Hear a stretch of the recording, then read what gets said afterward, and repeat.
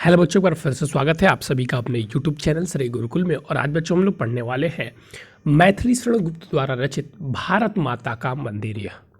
इस काव्य कृति को बच्चों आज हम लोग इसके व्याख्या को देखने वाले हैं। और ये कह सकते हैं कि बहुत इम्पॉर्टेंट काव्य कृति है। ये मैथिली शरण गुप्त जी द्वारा रचित है। अगर आप इसको बारीकियों से समझेंगे तो इसमें आपको बहुत सारी अच्छी चीज़ें सीखने के लिए भी मिलेंगे। ठीक है, तो चलिए हम सबसे पहले व्याख्या को प्रारंभ करने से पहले आप लोगों को इस पाठ का संदर्भ बता देते हैं, क्योंकि देखिए संदर्भ जो रहेगा सारे पाठ का सेम ही रहेगा। तो सुन लीजिएगा एक बार, बस ये बच्चे जो लिखना चाहते हैं वो अपनी इच्छा अनुसार लिख सकते हैं। प्रस्तुत काव्य पंक्ति हमारी पाठ्य पुस्तक के काव्यखंड के भारत माता का मंदिर यह नामक शीर्षक से लिया गया है, जिसके रचयिता मैथिली शरण गुप्त जी है। ठीक है, चलिए अब हम लोग बात करेंगे व्याख्या। आप सारे की व्याख्या हम लोग देखेंगे। भारत माता का मंदिर यह समता संवाद जहाँ, भारत माता का मंदिर यह समता का संवाद जहाँ, सबका शिव कल्याण यहाँ है, पावे सभी प्रसाद यहाँ है। कवि देखिए यहाँ पे आपसे क्या बताना चाह रहे हैं कि भारत माता का मंदिर यह, कवि कहते हैं कि भारत ऐसा अद्वितीय देश है जिसकी कल्याणकारी भावना उसे विश्व के अन्य देशों से अलग करती है। क्योंकि देखिए यहाँ पे हम भारत माता का मंदिर ये जुड़ कर रहे हैं, तो यहाँ पर थोड़ा सा हम चीज़ों को ऐड करेंगे अपने से भी। क्योंकि यहाँ पे हम क्या कर रहे हैं, डायरेक्ट भारत को कह रहे हैं कि हमारा जो भारत है वो मंदिर, भारत की तुलना मंदिर से यहाँ पर हम कर रहे हैं। तो सबसे पहले हम कुछ भारत की खूबियों के बारे में बताएंगे ना, तो क्या कहेंगे, कवि कहते हैं कि भारत ऐसा अद्वितीय देश है जिसकी कल्याणकारी भावना उसे विश्व के अन्य देशों से अलग करती है। अब यहाँ से हम स्टार्ट करेंगे पाठ के हिसाब से उसकी तुलना करना। और बहुत सारे बच्चे क्या करते हैं, डायरेक्ट यही कर देंगे, कवि कहते हैं कि भारत एक ऐसा मंदिर है। नहीं, डायरेक्ट यहाँ से नहीं चालू करेंगे, कुछ चीज़ें ऐड करेंगे। चलिए, कवि ने इस पद्यांश में भारत को एक ऐसे मंदिर के रूप में स्थापित करके देखा है, भारत माता का मंदिर है, भारत माता का मंदिर यह समता का संवाद जहाँ। कवि ने भारत को एक ऐसे मंदिर के रूप में स्थापित करके देखा है जहां प्रत्येक मानव को अपने विचार प्रस्तुत करने का अधिकार समान रूप से प्राप्त है, सबका शिव कल्याण यहाँ पावे सभी प्रसाद यहाँ, जाति धर्म या संप्रदाय का नहीं भेद व्यवधान यहाँ, सबका स्वागत सबका आदर सबका सम्मान यहाँ। और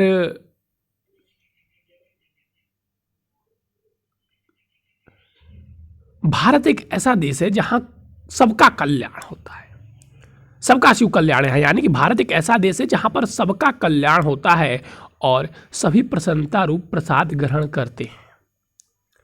अब वो मंदिर की बात कर रहा है, तो यहाँ पे कल्याण प्रसाद की तुलना वहाँ पे कल्याण नीतियों से फायदा होने से यहाँ पे तुलना की गई है। सभी कल्याण रूपी प्रसाद को आप ऐसे भी कह सकते हैं, ग्रहण करते हैं।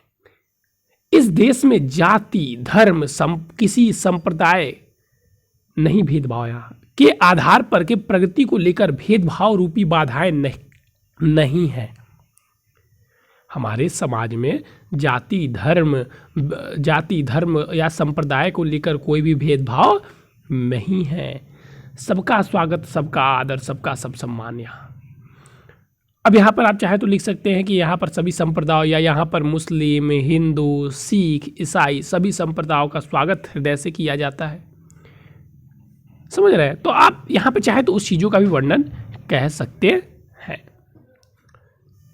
यहाँ पर सबका आदर और सभी धर्म जाति का सम्मान किया जाता है। सबका स्वागत मतलब सभी धर्मों का स्वागत है और सभी धर्मों का आदर है और सभी धर्मों का सम्मान भी है। सम सम्मान यानी कि बराबर सम्मान है। ठीक है, सभी धर्मों का बराबर सम्मान है। राम रहीम बुद्ध ईसाई का सुलभ एक सा ध्यान यहाँ, भिन्न भिन्न भव संस्कृतियों के गुणों गौरव का ज्ञान यहाँ। बहुत सुंदर पंक्ति है, बहुत अच्छी पंक्ति, सुनिए इसको फिर से मैं पढ़ता हूँ। राम रहीम बुद्ध ईसा का सबका सुलभ एक सा ध्यान यहाँ, भिन्न भिन्न भव संस्कृतियों के गुण गौरव का ज्ञान यहाँ, गुण गौरव का ज्ञान यहाँ। इस देश में जो स्थान राम का है, इस देश में जो स्थान राम का है वही स्थान रहीम का है, और बुद्ध और ईसा मसीह का भी वही स्थान है जो राम का है। भारत में सुलभ एक सा ध्यान यहाँ, भिन्न भिन्न संस्कृतियों के गुण गौरव का ज्ञान यहाँ।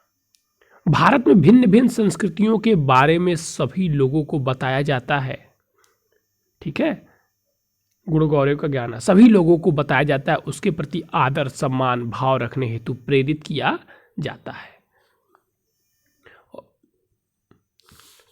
चलिए आगे बढ़े।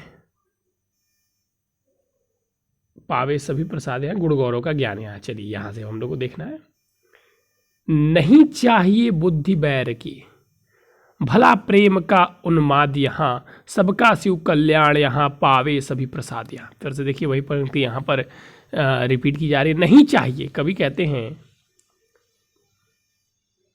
नहीं चाहिए बुद्धि बैर की, भला प्रेम उन्मान यहाँ। कवि कहते हैं कि हमारे देश में असीमित प्रेम और मानवता की भावना विद्यमान है, इसलिए हमें किसी से बैर बुद्धि या दुश्मनी की, बैर या दुश्मनी की आवश्यकता नहीं है। किसी से बैर या दुश्मनी की आवश्यकता नहीं है। इस प्रेम की असीमित के कारण यहाँ प्रत्येक व्यक्ति का कल्याण होता है और सभी प्रसन्नता से रहते हैं, सभी प्रसन्नता से रहते हैं। सब तीर्थों का एक ही तीर्थ यह, सब तीर्थों का एक ही तीर्थ, हृदय पवित्र बना ले हम, आओ यहाँ अजात शत्रुबन, सबको मित्र बना ले हम। रेखा प्रस्तुत है अपने, मन के चित्र बना ले हम, 100 आदर्शों को लेकर एक चरित्र बना ले हम। सबका तीर्थ एक ही तीर्थ है, हृदय पवित्र बना ले हम, आओ यहाँ अजात शत्रुबन, सबको मित्र बना ले हम। रेखा प्रस्तुत अपने, मन में एक चित्र बना ले हम, 100 आदर्शों को लेकर एक चरित्र बना ले हम। कवि ने भारत देश को सभी तीर्थों को एक तीर्थ कहते हुए अपना मन शुद्ध बनाए रखने, अपना मन शुद्ध बनाए रखने के लिए प्रेरित किया है। कवि ने समस्त देशवासियों को से अनुरोध करते हुए कहा है कि हमें शत्रुहीन बनना है और सभी से मित्रता करनी है। हमारे सम्मुख देश के स्थापित सौहार्द समानता के गुण हैं। इन्हीं सद्गुणों को ग्रहण करते हुए हमें अपने भविष्य का निर्माण करना है। इन्हीं सद्गुणों को करते हुए हमें चरित्र बनाना है, यानी कि अपने भविष्य का निर्माण करना है। सोचिए इन बातों को, बस पढ़ा ही मत कीजिए, इन बातों को समझिए कि जो कवि कहना चाह रहे हैं यहाँ पर कि उन्हीं आदर्शों को हमें ग्रहण करके अपना हमें क्या करना है, चरित्र बनाना है, यानी कि अपना भविष्य हमें बनाना है। और हम लोग बनाएंगे ना भाई? चलिए बिल्कुल बनाइए। बैठो माता के आंगन में नाता भाई बहन का, बैठो माता के आंगन में नाता भाई बहन का, समझे उसकी प्रसव वेदना वही लाल माई का। एक साथ मिटा बांट लो अपना हर्ष विषाद यहाँ है, सबका शिव कल्याण यहाँ है, पावे सभी प्रसाद यहाँ है। कवि कहते हैं कि भारत के विस्तृत आंगन रूपी क्षेत्र में, माता के आंगन यानी भारत माता के विस्तृत आंगन रूपी क्षेत्र में सभी व्यक्ति बंधुओं की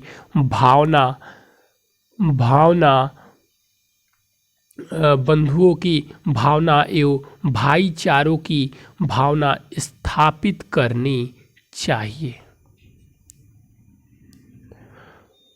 संवेदना वही लाल माई का।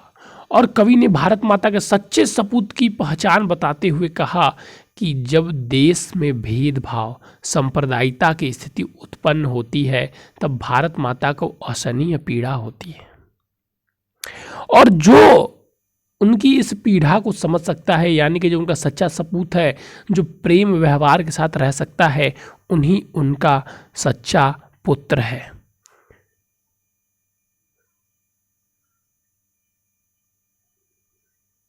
कवि आगे, भारत माता के सच्चे बच्चों को अपने दुख को बांटना चाहिए। कवि कहते हैं कि सच्चे भारत माता के पुत्रों को अपने सुख दुख को बांटना चाहिए।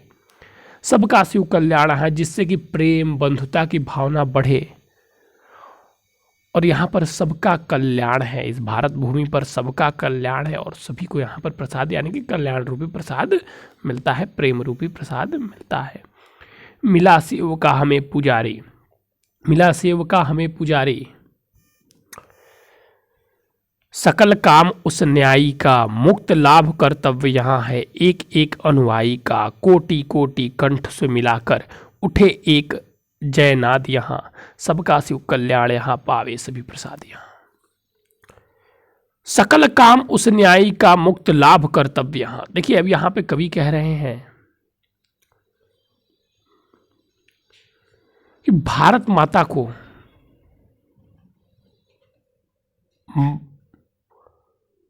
ऐसे सपूतों की आवश्यकता है जो न्याय का मार्ग पर चले, कर्तव्य का अपने पालन करे। ऐसे सपूतों की आवश्यकता है भारत माता को, जो बलिदान, सच्चाई, ईमानदारी, संघर्ष को अपना कर्तव्य मानता हो तथा उसको मुर्ग मार्ग के रूप में स्वीकार करता हो, मुक्ति मार्ग के रूप में स्वीकार करता हो। कवि ने भारत की एकता, अखंडता के बारे में, कोटि कोटि कंठ से मिलकर उठे यहाँ जयनाद यहाँ, कवि ने भारत की एकता का, अखंडता का वर्णन करते हुए एक साथ भारत माता की जयकारा लगाते हैं। सबका शिव कल्याण यहाँ, इन्हीं सभी के कारण कवि ने भारत के सबका कल्याण माना है। सभी एक साथ मिलकर भारत माता की जय का नारा लगाते हैं। इन्हीं सभी भावों को देखकर कवि ने भारत माता में सबका, भारत में सबका कल्याण माना है।